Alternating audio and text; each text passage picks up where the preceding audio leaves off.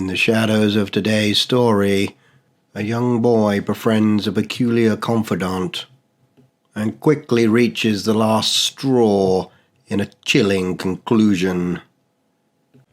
A few miles from Fleggburgh in Norfolk, nestled away from the bustling main roads, there stood a sizable farm. Generations of the Cotts family had toiled the land, cultivating it with care and dedication. Among them was a small, energetic boy named Danny, always at his father Joseph's side, learning the ropes of the farm life. Planting seeds, tending to crops, and performing various chores were all part of Danny's routine. But his absolute favourite task was attending to the farm's scarecrow. This particular scarecrow, a lifeless figure that Danny affectionately named Bob, serves as an essential guardian of the fields. To the young boy, Bob wasn't just a collection of straw and old clothes. He was a silent companion, a steadfast confidant in the vast expanse of the farm. Joseph, Danny's father, enjoyed teasing his son by pretending that Bob had a voice. He would throw his voice, creating the illusion that the scarecrow could speak. "That's it, little Danny. Put plenty of straw in there. It gets mighty cold out here at night," Joseph would playfully say, embodying the persona of Bob the Scarecrow. One warm summer afternoon, after enduring a day of torment at the hands of local boys, Danny rushed home, seeking solace in the familiar presence of Bob. Breathless and upset, he poured out his troubles to the silent figure. "They held me down and they kicked me, Bob. I'm scared to go back. I don't know what to do," confessed Danny, his voice filled with vulnerability. The scarecrow remained silent, offering no words of comfort. Unbeknownst to Danny, Joseph had witnessed his son's distress from a distance. Seizing the opportunity, he approached, ready to impart some fatherly wisdom in the guise of Bob. "You're strong, Danny. You lift hay and carry those crops. You're much stronger than them. If they try and hit you, you push them hard, and if that doesn't work, I'll go after them at night, but don't tell anyone. Quickly, here comes Mr. Cotts," advised Joseph, his voice projecting from the inanimate Bob. The words, though delivered through a mere scarecrow, resonated with Danny. Emboldened by the imaginary counsel, he felt a newfound strength within him. Little did he know that this encounter with the wise scarecrow would mark the beginning of a transformative journey. The very next day at school, as the sun cast its golden glow over the familiar grounds, the same group of boys approached Danny. Their leader, the biggest of the bunch, sneered. "Your lunch money, farmer boy." "No," Danny retorted loudly, a newfound air of defiance in his voice. "If you touch me, I'm gonna hurt you." Undeterred, the biggest boy grabbed Danny's bag, attempting to rummage through its contents. Danny's eyes locked onto the intruder, his face transforming from determination to pure rage. Summoning every ounce of strength, he retaliated with a forceful shove. As if launching a hay bale off the farm truck, the boy collided with the wall, producing a resounding thud, and crumpled to the ground. The other boys, their faces frozen in disbelief, watched as Danny asserted himself. "Who else wants to be smashed?" he declared, his voice echoing with newfound confidence. The boys, suddenly aware of the unpredictable strength within the seamlessly timid farm boy, quickly retreated. "That little one is nuts," one of them muttered as they walked away, nursing their wounded pride. After school, a triumphant Danny rushed home, eager to share his victory with his silent confidant, Bob. "I did it, Bob. I pushed him so hard, he hit the wall and cried like a big baby. I know you're busy working the field, so I'll come and see you later," However, the euphoria was short-lived. The phone at the Cops farm rang, disturbing the celebration. The parents of the boy, who had met the unforgiving Wall, had lodged a complaint. The news reached Danny's parents, and they felt compelled to address the situation. As a consequence of his actions, Danny was punished. His parents decreed a week of confinement indoors, forbidding him from visiting the fields and, most notably, from spending time with his beloved scarecrow, Bob. The isolation weighed heavily on Danny, and in the quiet corners of his room, he couldn't help but reflect on the repercussions of his newfound strength. Danny peered out of his window at the fields, where Bob, the steadfast scarecrow, stood resilient against the wind. The straw that made up Bob's form had been scattered by the relentless weather, and Danny couldn't bear the thought of his silent companion freezing in the cold. "He'll freeze," Danny whispered to himself, a deep sense of responsibility washing over him. Without a second thought, he quickly climbed out of the window and darted across the fields to where Bob stood, his torso swaying in the wind. Approaching the disheveled scarecrow, Danny began carefully placing the fallen straw into its rightful place.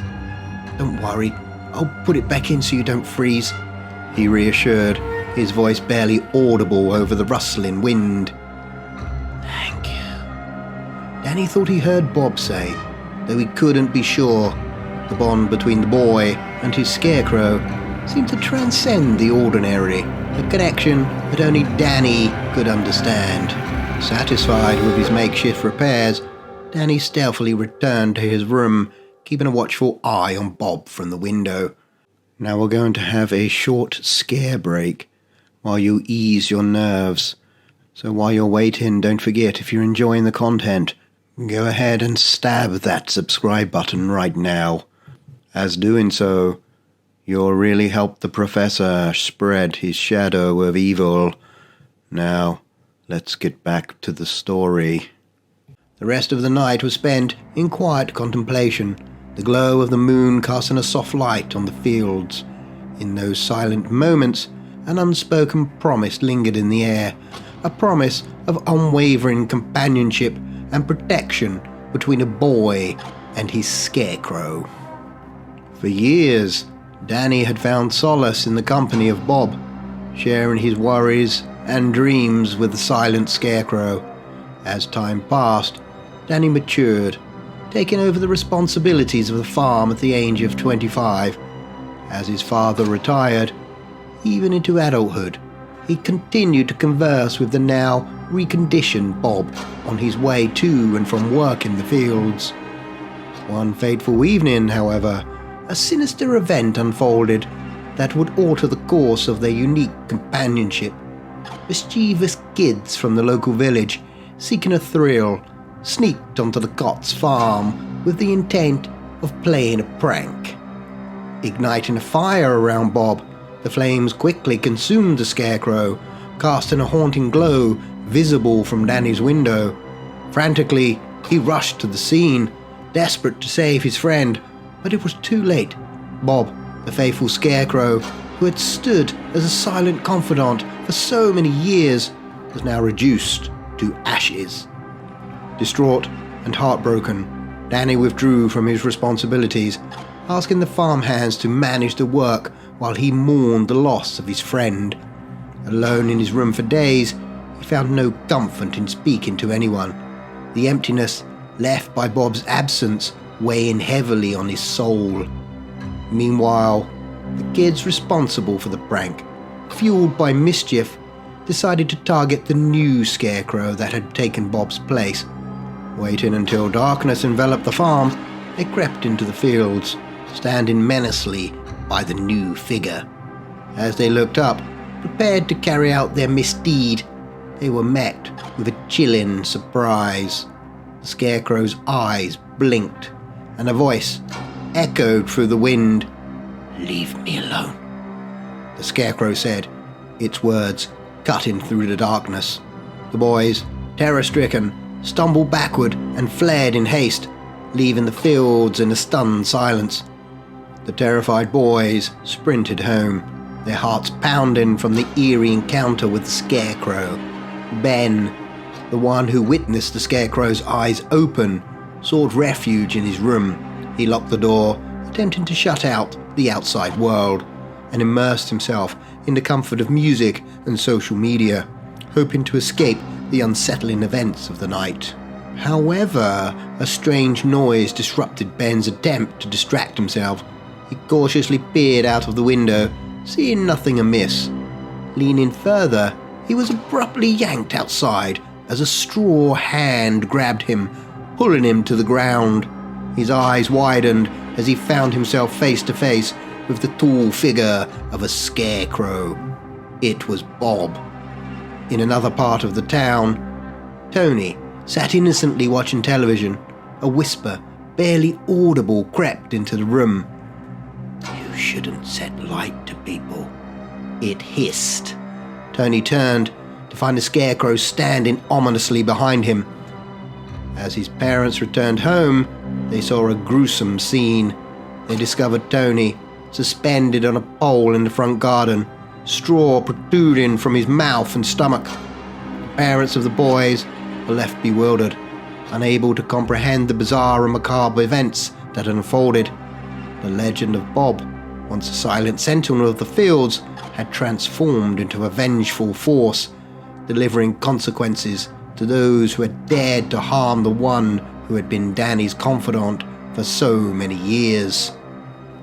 Both of the boys' parents, horrified by the gruesome fate that had befallen their sons, urgently contacted the local police.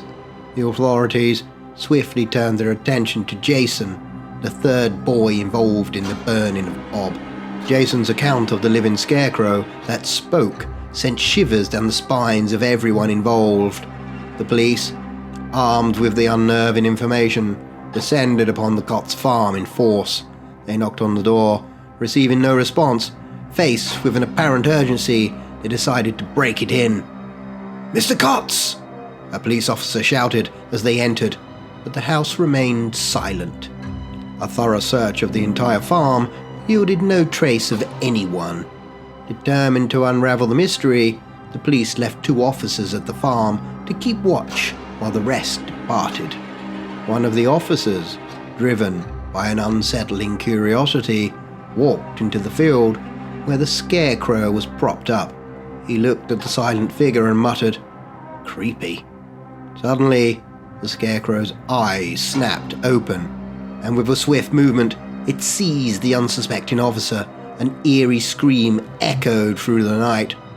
Horrified, the remaining officer rushed towards the field, urgently calling for backup on his radio.